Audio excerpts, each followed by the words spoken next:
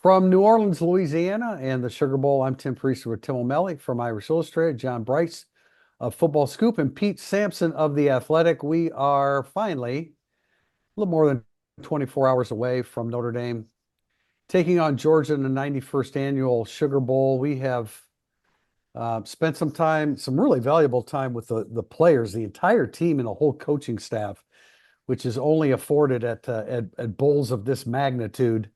We did that. What's today? Tuesday. We did that on Monday. We just had a press conference with Marcus Freeman and Kirby Smart. Let's talk about getting together with the players because a whole bunch of interesting interviews. And I didn't go. Tim, I know you didn't either. Pete, I saw you working on some different stuff, and JB, I know you were working on some different stuff. We didn't go to the usual suspects. It was an opportunity to talk to a bunch of the other players, in many instances, injured players, including CJ Carr. Tim, you can talk about that a little bit further.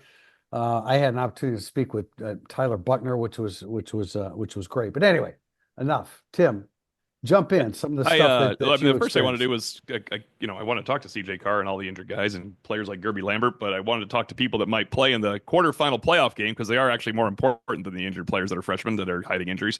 But uh, Rocco Spindler, I talked to him and he's pretty to the point guy. He's like, I hurt my ankle. It happens. It's football. I made sure to watch Rocco Spindler in our 15 minutes of practice, and Rocco Spindler is going to get some help to play in this game and hope he can make it through it. But I think that is the story I took away from yesterday is Spindler will start. I hope he can finish. He's important. We kind of heard KVA might have a role in this, so I tried to watch Viliam Uasa after speaking with him, and he looked absolutely fine to me. I think they can find a package role for KVA, and it's crucial to me because if Riley Mills is the bridge too far, if he's not the bridge too far, then you're putting in Pendleton against Georgia's defensive line. You need all you can get out of Rocco Spindler and one big impactful pass rush moment out of KVA. They don't need him in the linebacker rotation, but they need those guys to That's a good contribute to the point. game. That's a good point. JB? Yeah, I thought it was certainly very enlightening visiting with the players. The team unity was the theme that I heard the most. Rod Hurd really diving in on the part that not only have they played basically 11 playoff games since that Northern Illinois loss, but he said, it shouldn't have taken that Northern Illinois loss, but it also unleashed them to where not only were they in every game a playoff game, but they were in every game, leave it all out there, nothing to lose, everything to gain, hold nothing back. And there were a few players that reiterated that approach, Bryce Young being another one. Bryce Young talking about how contagious it was after he got his first block kick and made a really big impact on special teams, how much he just wanted to keep feeding that and how unique that feeling was for him. Those were some of the things that stood out most to me. Of course, the story I'm working on about the head coach of the week that Marcus designates, I found very interesting. But this is a team that's confident. I was just writing this in the prediction that Taskmaster O'Malley is making me send immediately, and It is time, I would say, at this point, though, as opposed to the usual time yeah, deadlines for and, yes. and so this is you guys have better depth of knowledge on it than me, but I do sense that there's genuine belief and confidence in this Notre Dame squad. What does that mean? Wednesday night under the lights in the dome, we'll find out. But I don't think this is a team trying to convince itself that it can win. Yeah, that was in addition to talking to Tyler Buckner and CJ Carr and sort of going through just knocking off the quarterbacks. That was sort of the big story that I wrote at The Athletic today was just like, how do you get yourself to believe you can win a game that you've never won? And that's not just this team; it's this program over 31 years, and because of the way college football has gone, like Howard Cross, Jack Kaiser, Xavier Watts, they were all on the team when Notre Dame played Alabama in 2020. And I asked Watts a little bit about that, and he was like, I remember Alabama running through our warmups, and like, oh man. And then I forgot how that game started. Chris Tyree got absolutely destroyed on the Oh opening yeah, kickoff, yeah. and Jack Kaiser actually recovered the fumble. And Watts said like at that point you're like this is going to be a long day. So like the idea that like Notre Dame was confident, if we were doing this podcast in 2020 talking about confidence, it would have been like We hope we can win. There's a legitimate belief that Notre Dame can and will win on Wednesday night, which is unique in my time covering the beat. And the quote that Watts gave me that I put pretty high up in the story was like basically that they feel like the gap has closed. That they're much closer. Yeah, it's like he said this is a winnable game. You could feel the kind of energy when we played Alabama. All right, you're just hoping to win. Now that you're on the forefront of the team, you're invested in it. You can feel the confidence level. This is a very winnable game. So that's much different from anywhere Notre Dame has been in these styles of games in my 24 years on the beat. I think that's a I do great think angle. I do think the 18 team was confident they could win the Clemson game. They were just wrong. And that's my only cautionary tale for this Which they game could be is wrong. They could be totally wrong on They Wednesday could, night. but this isn't Clemson 18. I had a lot of people ask me why should I believe after Alabama, Clemson, and Alabama. I was like, well, this is. I mean, Georgia might not be the best team in the country and win it all. They are not Clemson 18 and Alabama 20 or Alabama 12. Those teams were juggernauts. No, I think that's a good point. I think that's a great angle for a story, Pete. And I do think it's legitimate, you know. Anyway, I spent time talking to Boubacar Traore and talking to him about his injury and Logan Thomas, who I think is going to be a very interesting component next year. And I talked to Al Washington about a few things, including Tim O'Malley's ability to recruit players for all the coaches' kids to play on his team. They come to But me. It's not. I don't recruit anybody. I should roll the ball out there and people follow. What can I? You're the Pied Piper It's like Tarkanian. of youth coaching, Tim. But Al Washington talking about Logan Thomas. I also spoke to Jordan Botello, who we've heard some varying things about his injury. The timetable that he threw out to me was much shorter for his return than I think that we've heard it possibly could be. So that's good news, or it's just Tim, I talked to him too. What did he say to you? What was his timetable? I'm trying. I like pre-spring. Oh, he told me August camp.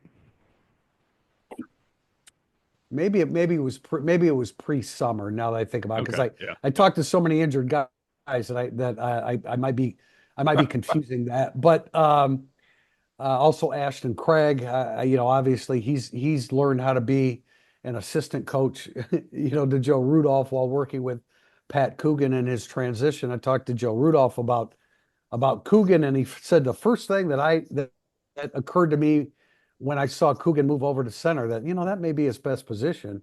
And Joe Rudolph said that. Now I didn't talk to Ashton Craig about who's going to have to move to guard, although Craig probably, Craig, like most guys, expects to be ready for August, but that could be a stretch with a 300 plus pound guy.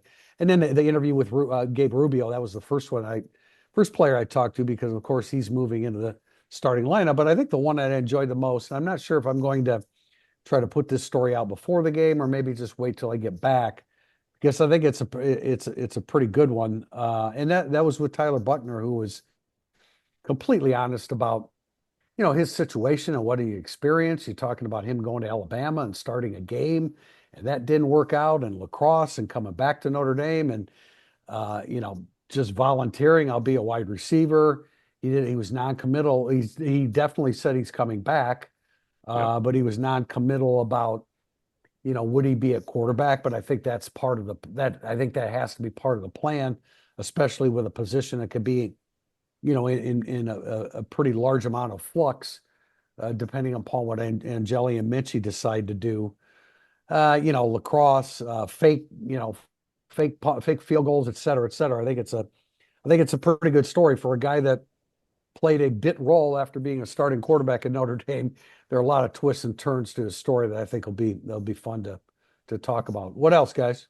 I was just going to say, I talked to Coogan. You mentioned next year. I asked Coogan about next year, and I couched it. We were talking about like his love of Notre Dame, and I said, went down to like growing up a fan, and I sort of like, so does that make your decision about next year easier or harder? Like your love of the school? And he's Good like, question. actually, he says it makes it a lot harder, which makes me think that he was like, you're a fan, but then like you're also a grown up too. So I think Pat Coogan probably there's a decision that has to be made there. And I will say, like on Ashton Craig, like that was actually something I got out of the walkthrough practice on yesterday. Yeah, Was yesterday. like Craig moving laterally, working with Lauren Landau. Was seemed promising to me. That you're like putting some strain on that knee a little bit already. Oh, one other fun note. I asked Joe Rudolph like when he learned about Pat Coogan's pregame speeches, the four quarters of You Know What football, and he said Rudolph said he actually found out about it from his kids, which I thought was hilarious. Well, hope he has some older kids, so hopefully it was those. And now you have the shirts to boot. Yes. We talked about this in instant analysis, and I don't want to go too deep into it, but it was all about the press conference today with Kirby Smart and Marcus Freeman, and I said this in the instant analysis that you can tell who's been where and what. Marcus Freeman talks about an opportunity, and Kirby Smart talks about all the Sugar Bowls that he's been a participant in. He's not talking about opportunities anymore. Their opportunities are national titles, and they probably should have had an opportunity to win one last year were it not for a 14 playoff instead of a 12-team playoff. But I thought this was interesting, and JB, you were part of this, asking Marcus Freeman about Mike Mickens' growth. And he said, tremendous evaluator, tremendous teacher. Like, that's the ultimate in a coach, is it not? I know that guy can be successful, and I can make him even more successful. But Marcus Freeman did say, and I don't know, maybe I'm reading too much into this, but he did say, I would hate to lose him as a coordinator. Well, if you lose Al Golden in the NFL, you could make Mike Mickens your defensive coordinator. I don't know if that was a tip to anything or not, but Mike Mickens is a tremendous, tremendous defensive backs coach. Yeah, and I was more so just asking about the way that Marcus empowers his coaches, because I do find that very impressive. And there's a lot of coaches who don't necessarily want to be as visible and transparent in doing that as what Marcus is. So I give Marcus a lot of credit for that. I was focusing more on their assistant coach, head coach of the week program, which I find fascinating, and I'll be writing about for Wednesday on Football Scoop. But yeah, Mike Mickens is elite. Southern Cal offered him a ton of money last year to come out and be their secondary coach and I think defensive pass game coordinator. And Notre Dame answered the bell. And Mike Mickens has been called recently about a Power Four conference defensive coordinator job, and he had no interest in it. And so we'll see how that continues to go. But that's the next logical evolution for Mike Mickens, and I don't think anyone would bat an eye whenever that happens, whether it's at Notre Dame or some other power conference program.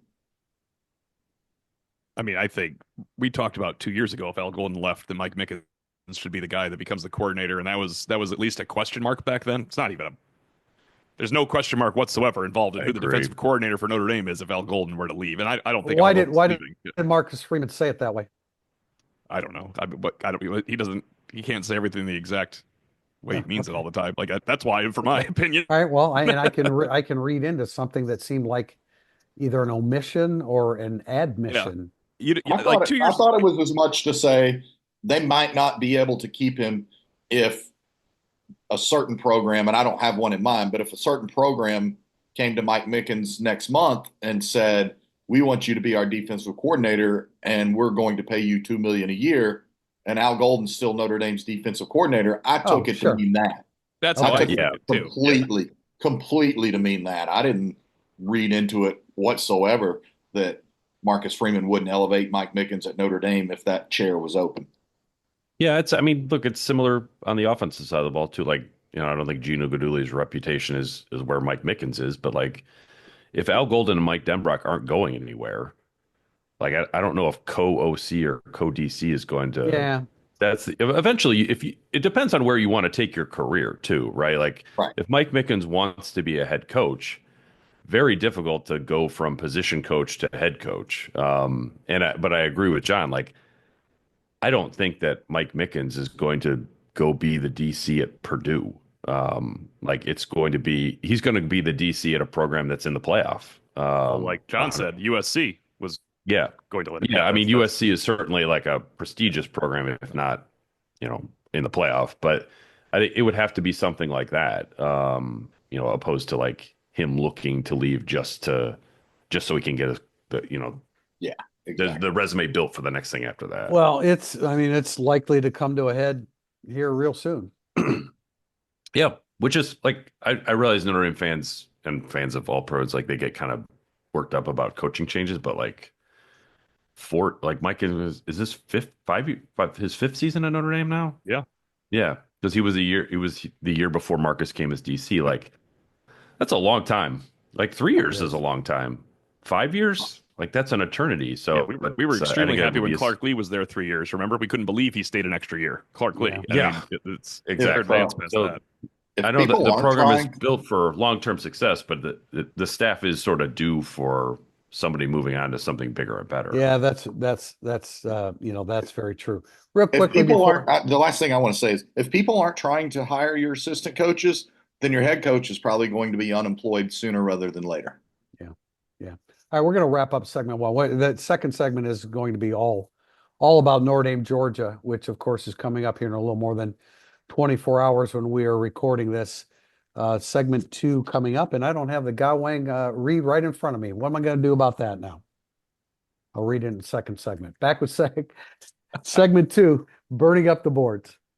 If you're coming to a game this season, you have to check out Game Day Your Way, Notre Dame's tailgate service provider. Game Day offers everything you need, including tailgate gear, catering, and even beverage delivery right to your spot. And their Irish Express transportation from Chicago allows you to tailgate while you travel to their all-inclusive party zone in South Bend. Let Game Day deal with all the hassle so you can focus on the fun. For tailgates, tickets, transportation, and more, visit GameDayYourWay.com. Looking to upgrade your wardrobe? Founded by Notre Dame alum Gal Wang, you've seen ESQ's custom clothing on the player walk and all of your favorite players and coaches. With more than a decade of making the best bespoke clothing available, ESQ will help you look and feel your best.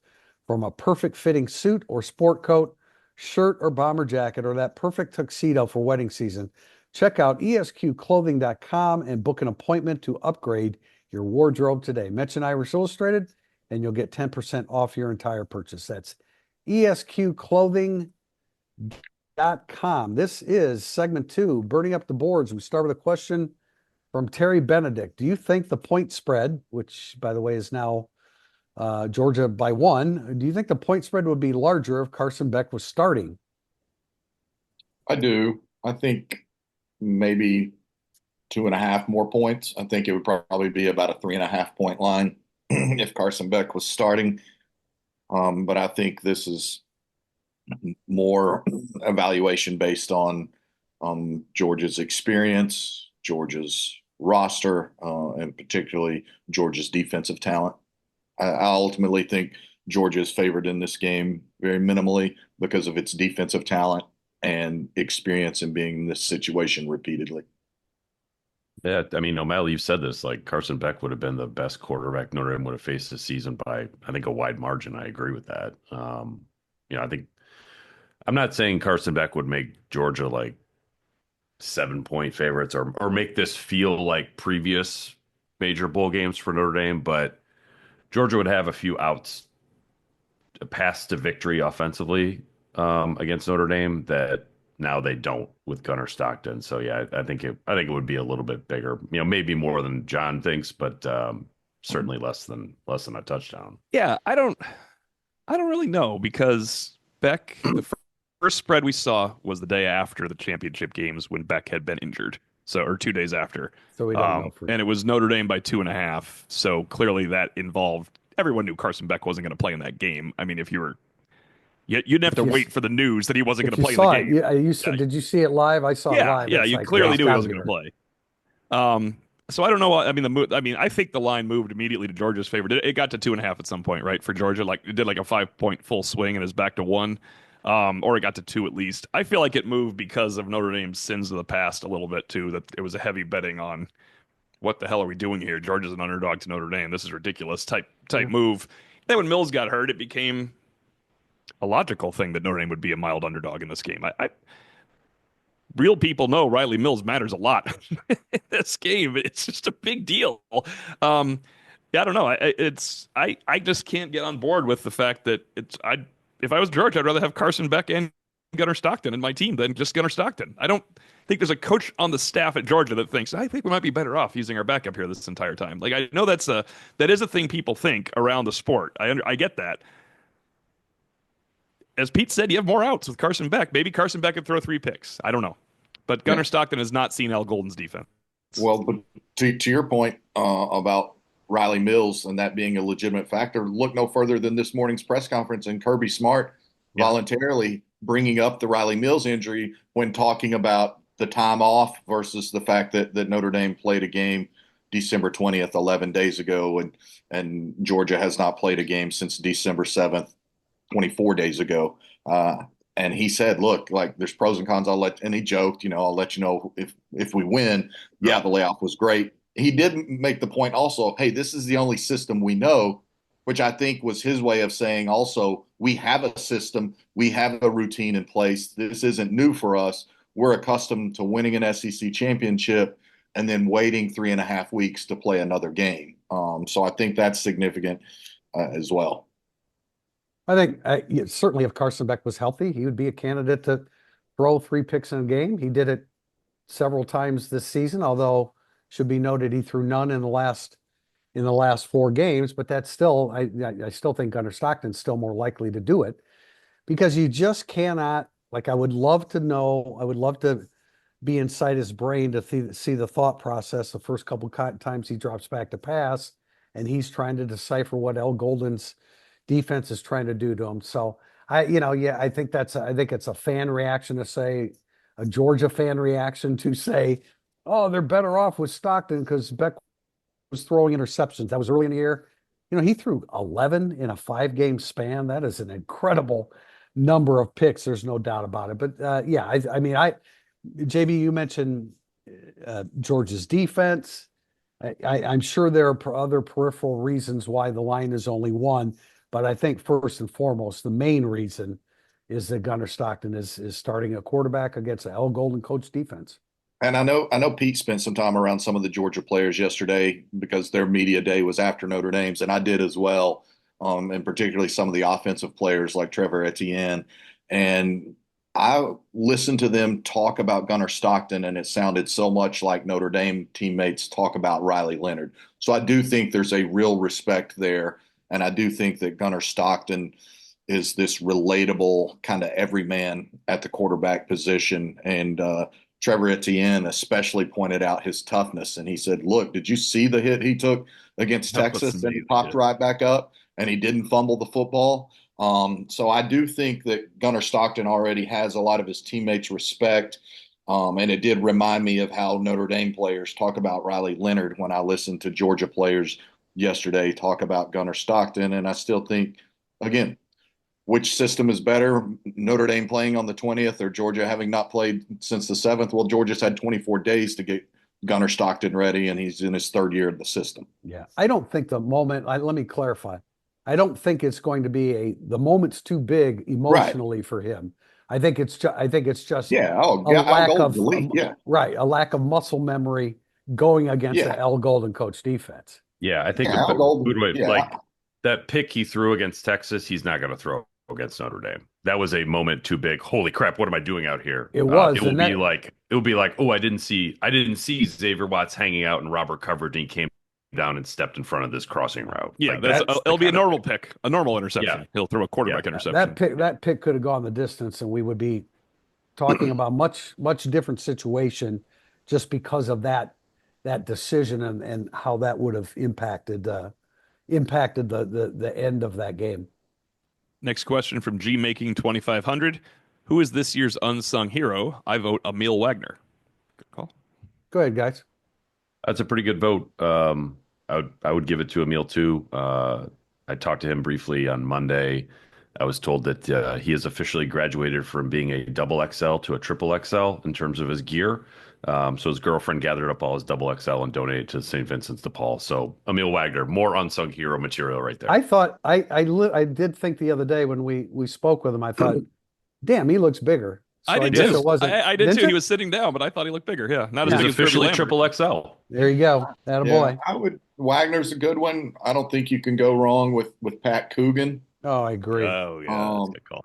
I don't think you can honestly uh, go wrong with Gabe Rubio for a guy that had to work his ass off to even get back in the program and back on the team, and then breaks a bone in his foot 30 minutes into the very first practice of camp. And now there's no more important person on Notre Dame's defensive line tomorrow night than Gabriel Rubio, in my opinion. He is the most physically packaged together to be able to have the physical stature and force that's going to be needed against that Georgia offensive line. I think you can make an art. Go ahead, Tim.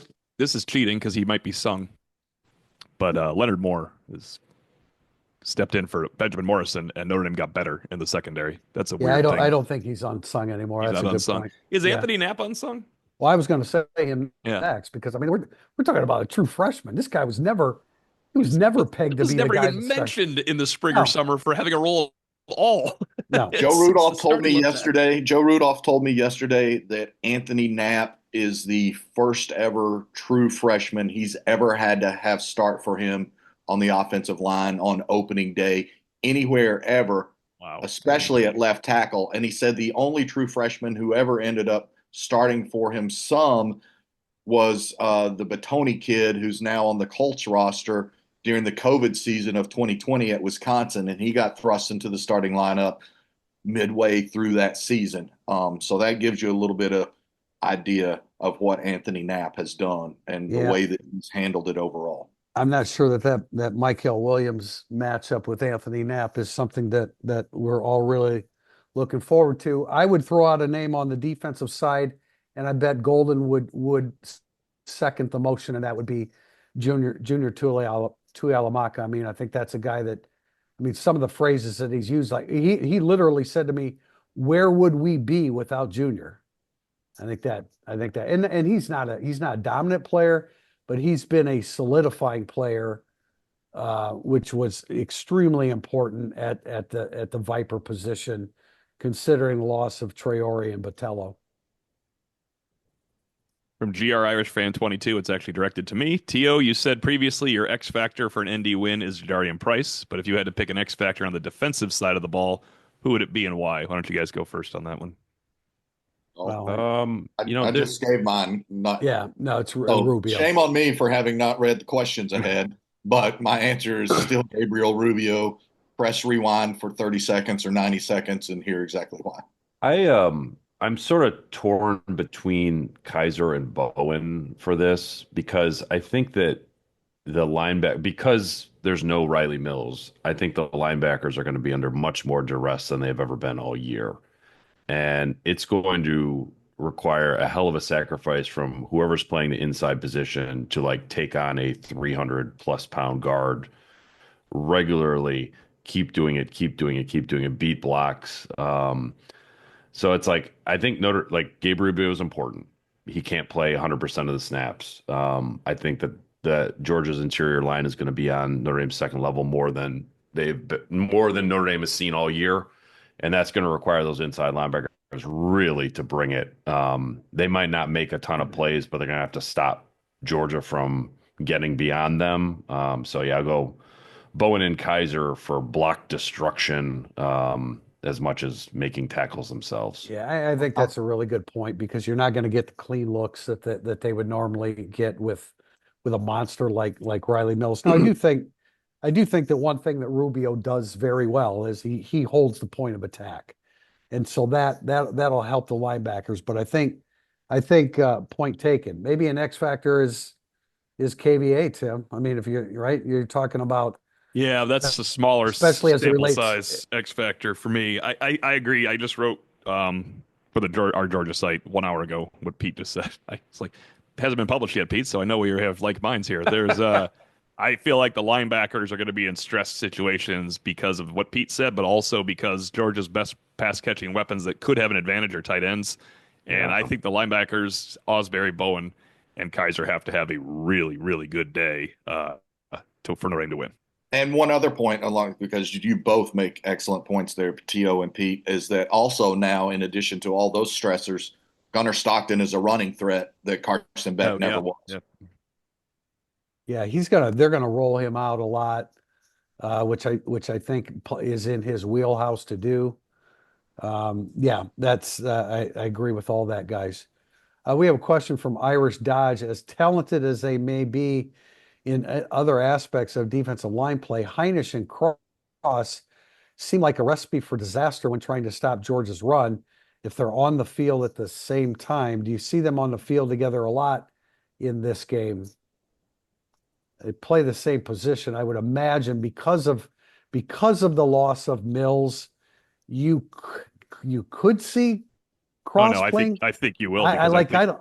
Cross is the backup to Rubio, along with being the starter at nose tackle. Okay, all right. They're not playing Sevillano and Mookum over Howard Cross. No, for no, 15 no. weeks. You're right. That's a dangerous combination because of the size. There's no doubt about that. I don't think we'll see it a lot. And I guess that was the question. No, I guess it was Yeah, just where you see them on the field I'm together, really probably, but interested. not a lot. Yeah, like how they rotate there is fascinating to me because it's like Mookum got 0 snaps against A&M, Louisville, and USC. And I realized you had Riley Mills at that point, but like You didn't have Howard Cross against USC though. if they felt like those guys could help them, they would have given them some run. Like, I mean, what have we seen from this coaching staff? If you're a young player and they think you can help, like they play you.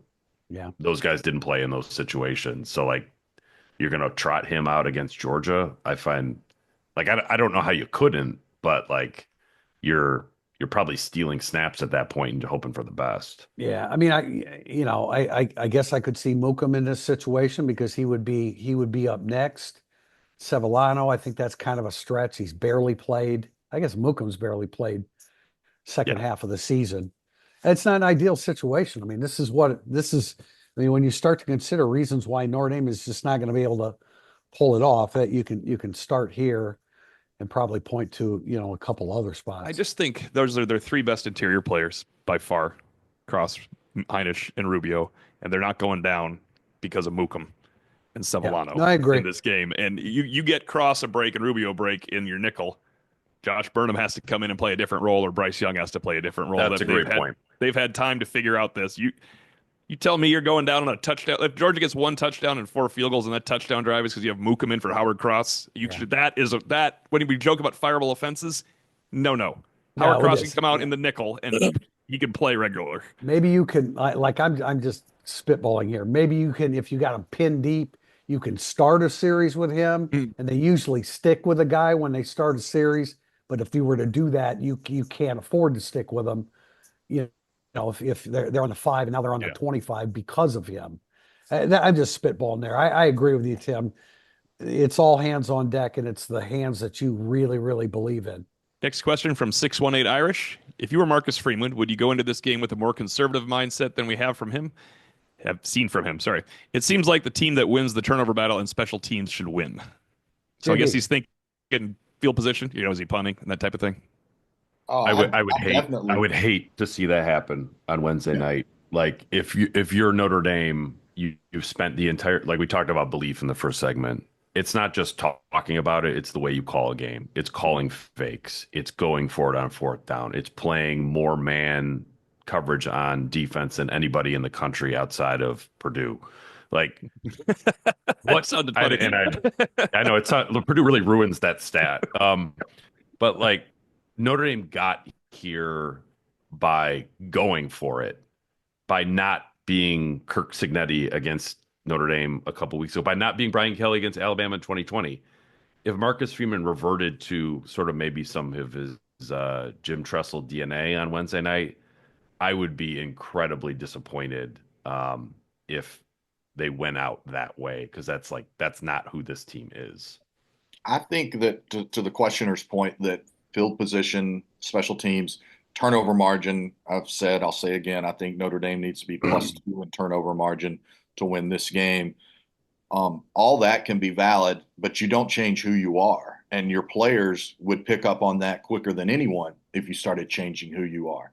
And your players have embraced you and responded to you and adopted your bumpy road and your choose hard and your team glory and one play, one life, because that's what you've embodied, you don't change your DNA in the biggest game of your young head coaching career and the biggest game for Notre Dame and the most winnable game for Notre Dame in this setting in a really long time. I 100% agree with you guys. And I think that, like if Marcus Freeman's sitting around today thinking about, okay, what approach am I going to take? If anything, he's saying to himself, stay aggressive, stay aggressive. Now, if you want to steal some time, maybe there might be moments along the way offensively where you let the play clock run a little bit longer. But beyond that, that's not Marcus Freeman's MO. And Pete, you use the word disappointed. I would be disappointed. I don't anticipate that. That's how they got here. And I totally agree that the players would pick up on that. That's not going to happen. I think stealing time is very smart, though, offensively. That's just prudent. You don't want your defense right back out there all the time. Right. There's nothing wrong with stealing some time to save the no Riley Mills defense from the field. It's more reason to call the fake. Keep the defense on the sidelines. I'll take this one step further because I am a fan of if you're in a 9-6 game in the third quarter and you have 4th and 2 at the 50, I'm a fan of punting there. But if you're going to go for it, it should not be Riley Leonard for 3 yards because then you're going to have to get a first down again from the 47-yard line, and that's not hard to do. It should be we're taking a shot right here on 4th and 2, and when everybody on Georgia's up, we slip Mitchell Evans down the seam and we go for something real because you know what I think happens when you get 4th and 2 against Georgia at the 47? You punt 3 snaps later because you lost 10 yards on a sack or something like that. I think you could be when you go for it, you go for it in in a situation in this game. Because they've been so good on fakes and 4th downs, we haven't heard the outcry. Why did they go for it in that situation? Because they've been so successful. This could be one of those games where they go for it, they don't make it because they're playing Georgia. And I know that there's going to be a segment that have an outcry like, oh, what were you thinking? Like, tell me what he was thinking when he was at his own. I've been saying 29-yard line against USC. It was actually the 26-yard line where they went for it or faked it. And now this is how Notre Dame got here. This is how Marcus Freeman has developed his game as a head coach. You have to remain aggressive. You're not going to back into things against Georgia. You have to take it at them in circumstances like that. Next question. Go ahead, I got Tim. Jay New.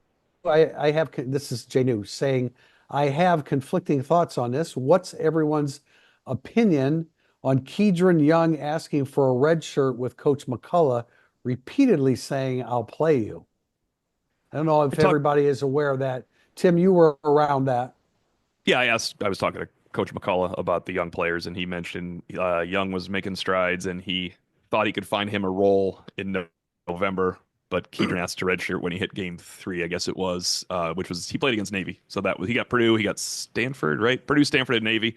And McCullough was messing with him a few times, like, I know you're redshirting unless you want to play this week. So I think he thought he was going to get a role for Kedron Young.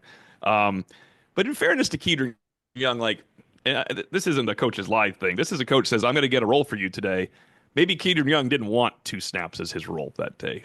He does have Jeremiah Love, Jadarian Price, and Aeneas Williams in front of him. And when Dylan McCullough says, I'm going to get a role for you, if it's the IU role, he played 1 snap against IU. Dylan McCullough said, I wanted to play him more. It just the situation didn't materialize. It quite often does not materialize when they tell these guys they're going to play. If you go back over the years, all the freshmen that don't get into games, even like Tobias in his first season, he was told he was going to play a lot. And then he didn't get in. But it's not because Tommy Rees is sitting there saying, well, I promised Tobias Merriweather I was going to play him, so I better put him in this high-leverage situation. It's just part of the game. And maybe Kedron Young didn't want to play 2 snaps as a role. I did not read it as a bad thing. I read it as an interesting story that Kedron Young said, I'd rather redshirt. I interpreted it as a very mature approach and just reading the environment and feeling he can make himself a better, more effective running back by redshirting. And I do think it's important to note that the NCAA passed the rule, so it's the time of the year. All those guys that are redshirting, they can play all these playoff games. It does not impact their redshirt status whatsoever. So to that point, Keedron Young or anybody else would be available Wednesday night, even though they're on a redshirt track, because the NCAA said you could play your 4 regular season games and all postseason games and still redshirt. Yeah, I mean, we're talking about really Notre Dame's 5th string running back, because Riley Leonard takes up a lot of carries himself. So yeah, I can't say that I have a strong feeling one way or the other on this. But if I was Keedron Young, I'd be like, you know what, I'm not playing, so let's create another year for myself down the road. I can help in practice. Notre Dame needs good scout team players too, to make practice function. So it's not like Keedron Young isn't contributing. He's just not getting as many reps as maybe he thought he would when the season started. And real quickly, not Notre Dame specific, I've talked to general managers, I've talked to coaches around the sport. There are guys volunteering to redshirt in different situations so that they can make college NIL money for an additional year, because maybe they recognize they're not going to be making $250,000 as soon as they're done playing college football, unless they make a roster as a 6th or 7th round pick. And so there are guys more so than ever before electing for additional time in college now that they're getting paid in college. And McCall also mentioned about Young, like he lost spring and a lot of summer. Remember, he lost spring to a hamstring injury, and then he told us he gained 20 pounds. Yeah. And he had to lose all that. He said his August was spring. Like, we tried to talk to McCullough and Denbrock about Keedron Young, and it immediately went to Aeneas Williams in August. There was never a Keedron Young's going to play early for Notre Dame situation because he started behind the 8 ball. Look, this is the world we live. Like with each passing week and year, with NIL and everything that goes with it, there are things that come up. It's like, the realization that a player is going to want to make a decision like this. So, I'm not going to overreact to every time something comes up and you think, oh yeah, well, that's right. He may want to do this, or he may want to do that. I like in this instance, I don't think it's that big of a deal. I get a kick out of Dylan McCullough's approach to it. Like, sure, you don't want to play this week? Yeah. I put you in. But anyway, if I were Keedron Young, would you want to play 3 games in redshirt or 5 and get 4 more snaps in those 2 games? That's what it was going to be. It's not like he was going to become Audric Estime. Yeah, I get that. Hey, I want to bear with me here for a second. I want to interject something here, because we talked about, hey, this is going to be preview of the matchup and et cetera. I want to mention a couple stats that I don't know that have gotten a lot of play, and I'm not really sure how significant it is. But I think it's interesting that Georgia is not good on 4th down defense, which plays right in that. Now, is there a correlation? Because they're really good on 3rd down, but not on 4th down. Why would that be? Is that more coincidence than actual, it's like empirical evidence that they're just not as good on 4th down? Actually, that's a great question. I'm going to look it up while you guys answer, because I have to check a quick stat here. But I think that was Notre Dame 1 year under Al Golden as well. Yeah. Well, it could have been. I think it's probably, if it was, it was the first year. Yeah, I mean, but they're 87. They've given up 17 conversions on 3rd down. The other thing is this, and I'm not sure that Notre Dame is the team to expose this. I'm sure there's more teams in the SEC to expose it. But when it comes to long scrimmage plays and long pass plays, the Georgia defense is bad. I mean, they were 90th in the country in 50-yard passes allowed. They're 71st in 30-yard passes allowed. I think that is a reflection of their secondary to a large degree. They only have 8 interceptions, and teams are throwing a lot against Georgia. So let's see how that plays out. See if Riley Leonard can take advantage of that. And he was 13th in Golden's first year on 3rd down and 101st on 4th down. So okay. I think. So I think in some situations that's coincidence, but I just did want to bring that up because I don't know that we're gonna, as this is our final conversation pregame. I guess we will have an instant analysis pregame, but I just want to throw that out there, and I don't think that my massively long preview, I don't think it actually included that. That's a really interesting stat, TP. I do think I don't have the game by game box scores directly in front of me. I do think Georgia's pass defense tightened up later in the year. They were absolutely flat out abused by Jalen Milroe and Alabama, and remember that. Georgia came all the way back from down like 28-3 to take a brief 4th quarter lead, and then immediately gave up a huge bomb to Ryan Williams, the freshman receiver. Yeah. And that's what allowed Alabama to win that game. So they were especially bad early in the year. Another thing that I think is worth noting in this game that we haven't talked about yet is Georgia has struggled this year with mobile quarterbacks. Jalen Milroe had maybe 130 rushing yards. Jackson Dart had 50 plus rushing yards. So they Haynes have King, proved Haynes that they King, can. Haynes King had a great day. Haynes King gave them trouble 2 years in a row. I didn't actually realize, but in 2023, I don't have the numbers at hand, but he hurt them with his legs the previous year as well. Yeah, exactly. And so again, to a point we've discussed previously, we didn't see as much Riley Leonard running the ball against IU as maybe we had expected. But I think Riley Leonard's legs are fully available for this contest. No doubt. Totally agree. Question from N Jacobs 3. If we're not expecting a big time portal quarterback, who do you think would be the top paid players? Other than Jeremiah Love in the QB room, it doesn't seem obvious like this year. Last year it was Leonard and getting guys like Cross, Mills, and Kaiser to return. Yeah, I think in talking with people, Notre Dame really wants to invest in its current roster. Now, look, obviously, you're adding a Malachi Fields to the mix and Devontae Smith and some of these other players. I still think Notre Dame will get a couple of defensive linemen out of the portal, probably from power conferences. You're not doing that shopping at Dollar General or the Dollar Tree. So I think that would probably be some of the significant investment. Jeremiah Love will be the highest paid player on the team in 2025. You probably try to invest in Jadarian Price and keep him around, and you go from there. Yeah, I would agree with that. I mean, there was a time that I thought Boubacar Traore was going to be an incredibly expensive retention piece too, which is less so after the knee injury. Defensive tackle, we'll see what happens there. Unlike corner and receiver, where there's a ton of them in the portal that can help you, there aren't at that position. Yeah, we've said that for a couple of years, right? And I think going to be very expensive. I think it's concerning. I mean, I really do think it's concerning that they can. And I know JB, you've said they there's a couple guys lined up. I thought Corleone from Cincinnati. I realized he had the blood clot issue, but man, when that dude is good, he is great.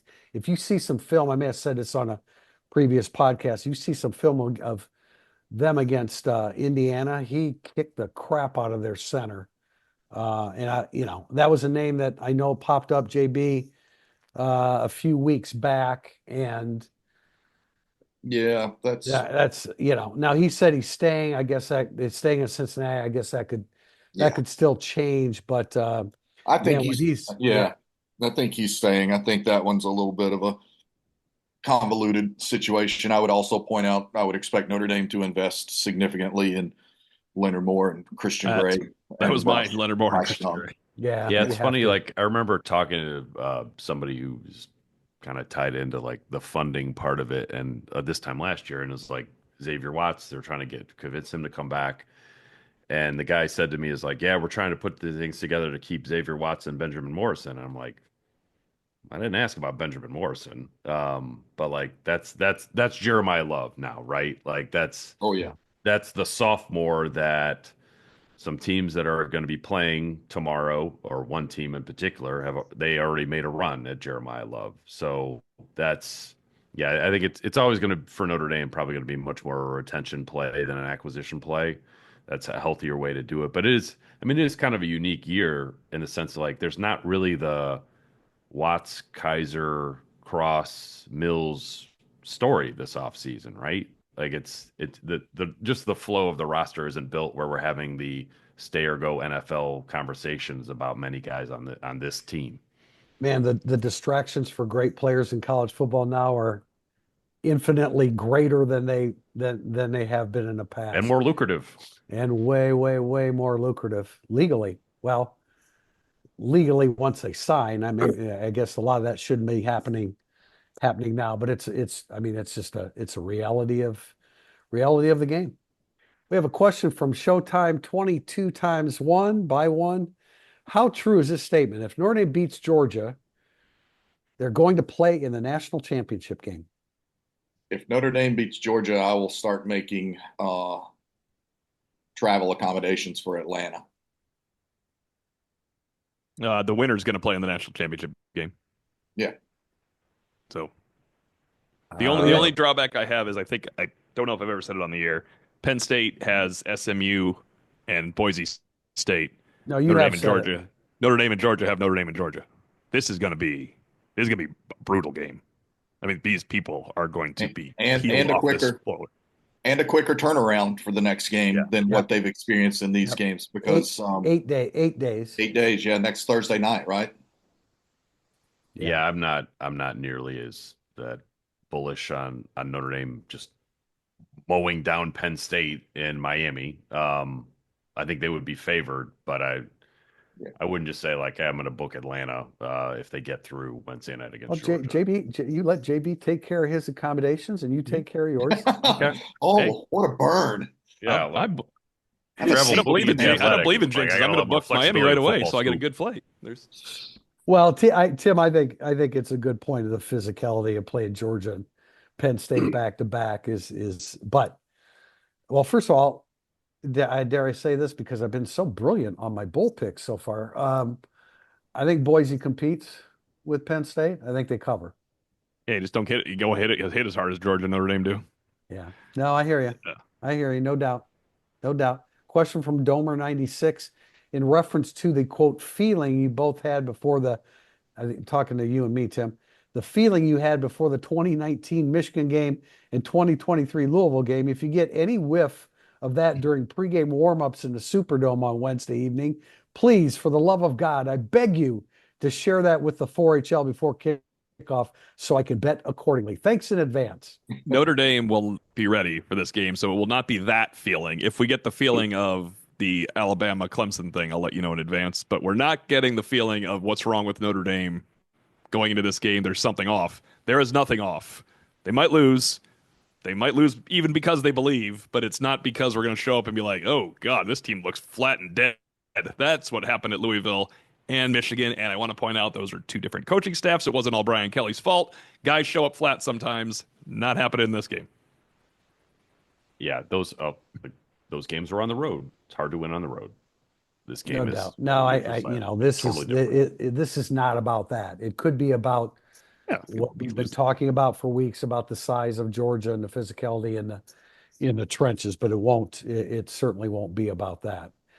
Our last question before we make predictions is from NDFB. With Arizona State not having a realistic chance and Ohio State looking like the team to beat, who does Notre Dame match up with better, Texas or Oregon? Bryce, you're on this since like we got Notre Dame all the way to the national title game if they win Wednesday. You already know where I stand on this, Pete. I actually think they would possibly match up a little bit better with Oregon because I think that Notre Dame would be able to control the ball more against Oregon. And Dylan Gabriel's had a great year. He's on some All-American teams. He doesn't necessarily scare me if I'm Notre Dame. Their speed would be a concern, but I think that Notre Dame physically in the trenches would match up better with Oregon than it would against Texas. Let's not forget that as we talk about draft prospects and all of that stuff, Texas has the guy that just, I think, won the Outland Trophy. And the Banks kid is maybe going to be the first offensive tackle selected in the draft. And then I think they've got first round projections on their defensive side of the ball as well. You think playing Georgia, Penn State is difficult and then going to play Texas? I don't want that's a lot. That's a lot of getting hit, man, for a team without 4 of its best 15 players, as I said. It's a lot on Rocco Spindler's ankle. It's a lot on Riley Leonard's body. I'd take Oregon and let that game get loose. Go out there and let that get when Penn State's going up and down the field on Oregon, Notre Dame can go up and down the field on Oregon. And I gained a lot of respect for Penn State in that game and the way Drew Allar played. I thought they played a great game. But I would like to get loose in one game as opposed to what's really happening here. Give me some Boise State and Oregon along the way. I think Riley Leonard would be like, give me some Boise State and Oregon too. I don't want to keep getting hit. Yeah, I would think they're a better matchup for Texas than Oregon, actually. Texas, they both have very, very good to great defensive fronts. I just think that Notre Dame matches up better with Texas and Quinn Ewers and more of a traditional approach than what Oregon does. Because it's like I think Oregon against Penn State, I was like, holy crap, these guys are fast. Yeah. I've never felt that way watching Texas. I think when you put it that way, Pete, I think that's a good rebuttal to it. But I like the other two guys I'd choose Oregon. Yeah, I mean, not that they're not capable of being physical, but T.O. when you put it that way, when you put it Georgia, Penn State, Texas, you know, Peeling people off the turf. Oregon, for all of that speed, is still the team that averaged 1.9 yards per carry against FCS Idaho early in the season, and is still the team that didn't physically dominate Boise State in a 37-34 win against Boise State. So with that one, with Riley Leonard and Jeremiah Love and Jadarian Price, you feel like if you're Notre Dame and you have to get into a track meet with Oregon, you got the studs to get into a track meet with Oregon. That's you guys how all I agree would look Ohio at that. State's the hardest, because not only would it be a really good defense for Ohio State, but they can get you offensively if they're on. Like when Will Howard's on, they're hard. Notre Dame wouldn't beat Ohio State. Ohio State's the most talented Yeah. team, in my opinion, very strongly, of the 8 left standing. I mean, none of those are ideal matchups, but I don't think Notre Dame against like Ohio Army. State. That was an ideal matchup. Army was a great matchup. That's a good one. I need more of All that. right, gentlemen, let's make our picks. This is one of the most interesting prediction moments we've had of the season. Maybe not. Maybe we'll all be. I cede the floor to Pete and T.O. I like Notre Dame 21-17. I don't pick Notre Dame in this spot very often.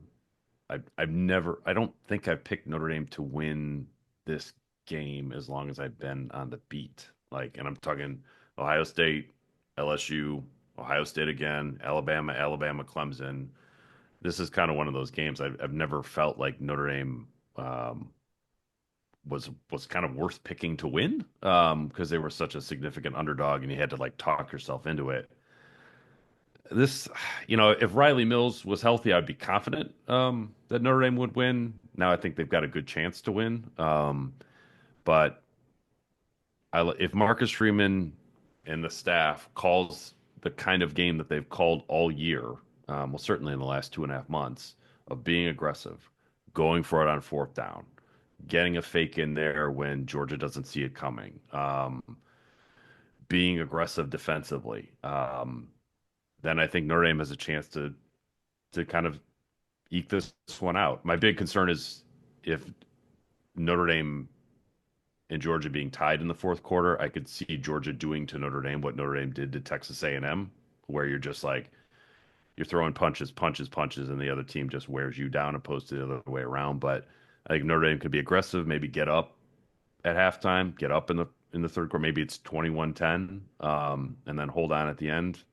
That's I think that's a reasonable path for Notre Dame to advance out of the Sugar Bowl and onto the semifinals. KB, you or me? No, go ahead. Going out of order for the first time here. This is an interesting call. I think I've been back and forth because of the Riley Mills thing. Like Pete, I gave Notre Dame like a pick'em favorite when Riley Mills was playing. I give Georgia a pick'em favorite when Riley Mills is not playing, but they also don't have their starting quarterback, and it's a big deal to go against Al Golden without your starting quarterback. I just think it's a knockdown, drag-out fight like both Notre Dame Georgia games were. The first time they played, Georgia was the better team. They played for the national championship. Notre Dame had flaws. The second time they played, both teams had flaws. And Pete, the one thing I want to say is there's a reason you didn't pick Notre Dame to beat Alabama, Clemson, Alabama, LSU. Those teams were way better than Notre Dame. Right. They're way better than Notre Dame. Georgia is just a little bit, tiny bit better than Notre Dame, in my opinion. And I actually think I'm going back against, now that Mitch Jeter has made a field goal, I think there's going to be a couple field goals kicked by Notre Dame and a lot by Georgia. I think Notre Dame wins this game because they make Georgia settle for some field goals. JB. Oh, I have picked Notre Dame all 13 games this year. I picked them to beat IU by 10 or 11 points. I picked them to beat Texas A&M 20-13, and Mitch Jeter's late clutchness in that game denied my ability to have nailed the perfect score. You needed Mitch Jeter from November in that game right there. Yeah, and having been around this team and program a bit more the past 6 or 8 days as they've prepared for this Sugar Bowl contest, I sense in them that the belief is real. The belief is genuine. They think they deserve to be here. They've showed that they deserve to be here. And I think that they can win this game. I cannot get over the fact that Kirby Smart is 9-2 in the postseason at Georgia with multiple national championships. He's got 3 additional quote unquote postseason wins in the form of SEC championships.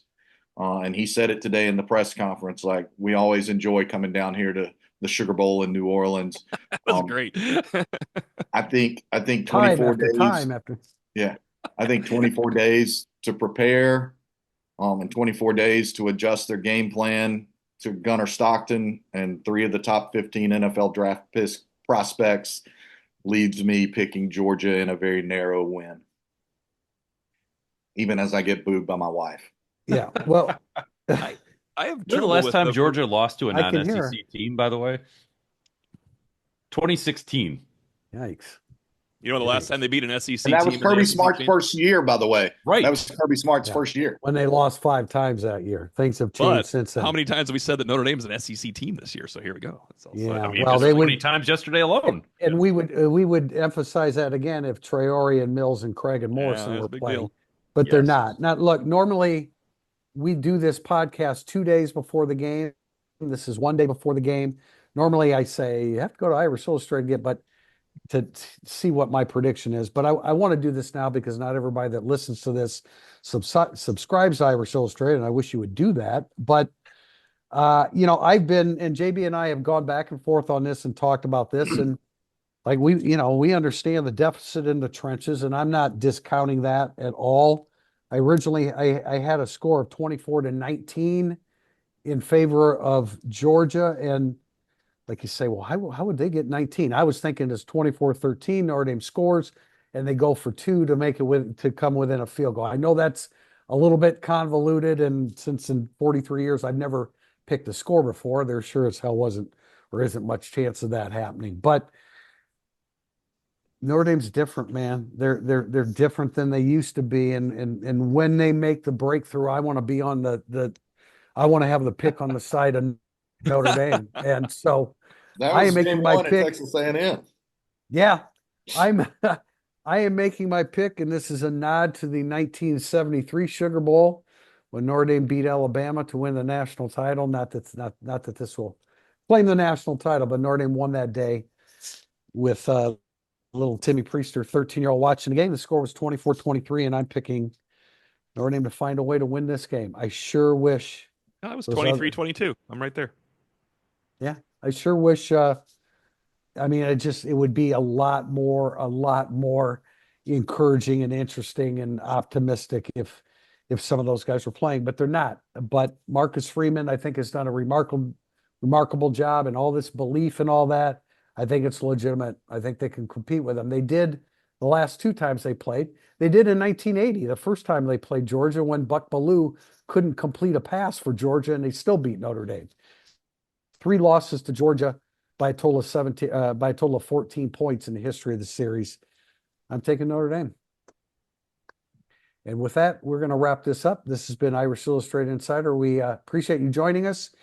And Tim and John and I will be somewhere in Caesars Superdome tomorrow, Wednesday, not Saturday, Wednesday, not Thursday, Wednesday.